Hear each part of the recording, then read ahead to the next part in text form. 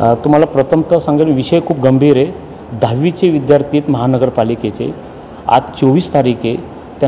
विद्यार्थ्यांना अजून पुस्तकं भेटलेली नाही आहेत. एप्रिलमध्ये शाळा चालू झालेली आहे, त्यांचे क्लास चालू झाले आहेत आणि त्याच्यामध्ये काय म्हणजे टीचिंग IT टीचिंग म्हणून एक संस्था आहे, ती त्यांना शिकवते आणि महापालिकेचे शिक्षक आहेत ते त्यांना शिकवत नाही. पण एप्रिलमध्ये त्यांनी शिकवले आणि आता नवीन संस्था जी प्रायव्हेट दिली, ही विषय आहे इंग्लिश मिडियमचा महानगरपालिकेचा आणि त्याच्यातून त्या विद्यार्थ्यांना असं एक फक्त चिठ्ठी दिली जाते आणि त्याच्यावरचा स्टडी करा. मला असं म्हणायचं, ह्या महापालिकेला गांभीर्य हा विषयच माहीत नाही आहे. कारण 10वीची मुलं आहेत. महत्त्वाचं आम्हाला वाईट कुठं वाटतं, आम्ही बी ग्रामपंचायत शाळेतून शाळा शिक्षण केलेले आहे. आज आपण प्रायव्हेट मुलांच्या आईवडिलांना विचारलं तर ते एक्स्ट्रा क्लास लावतात, काय काय करतात त्यांच्यासाठी.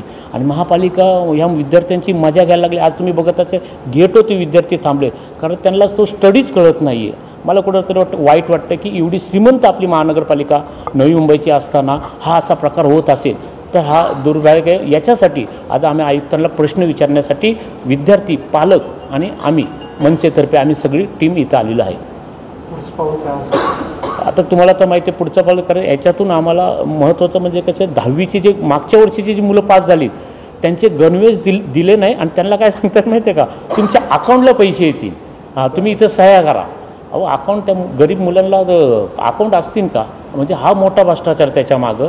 आणि आत्ताचं जे 10वीचा आमचा विषय फक्त 10वीचा की त्यांना पुस्तकं का दिली नाही. कारण आणि ऑलरेडी मी त्या जे शिक्षण अधिकाऱ्यांना विचारलं होतं, आता ते बदले झालेत, त्यांना विचारलं, बोलले पुस्तकं आलीत. अरे आली म्हणजे कुठे आहेत ती पुस्तकं? विद्यार्थ्यांना एप्रिलमध्ये शाळा चालू झालेली, अजून पुस्तकं आली नाही. याचं कुठेतरी वाईट वाटते आम्हाला.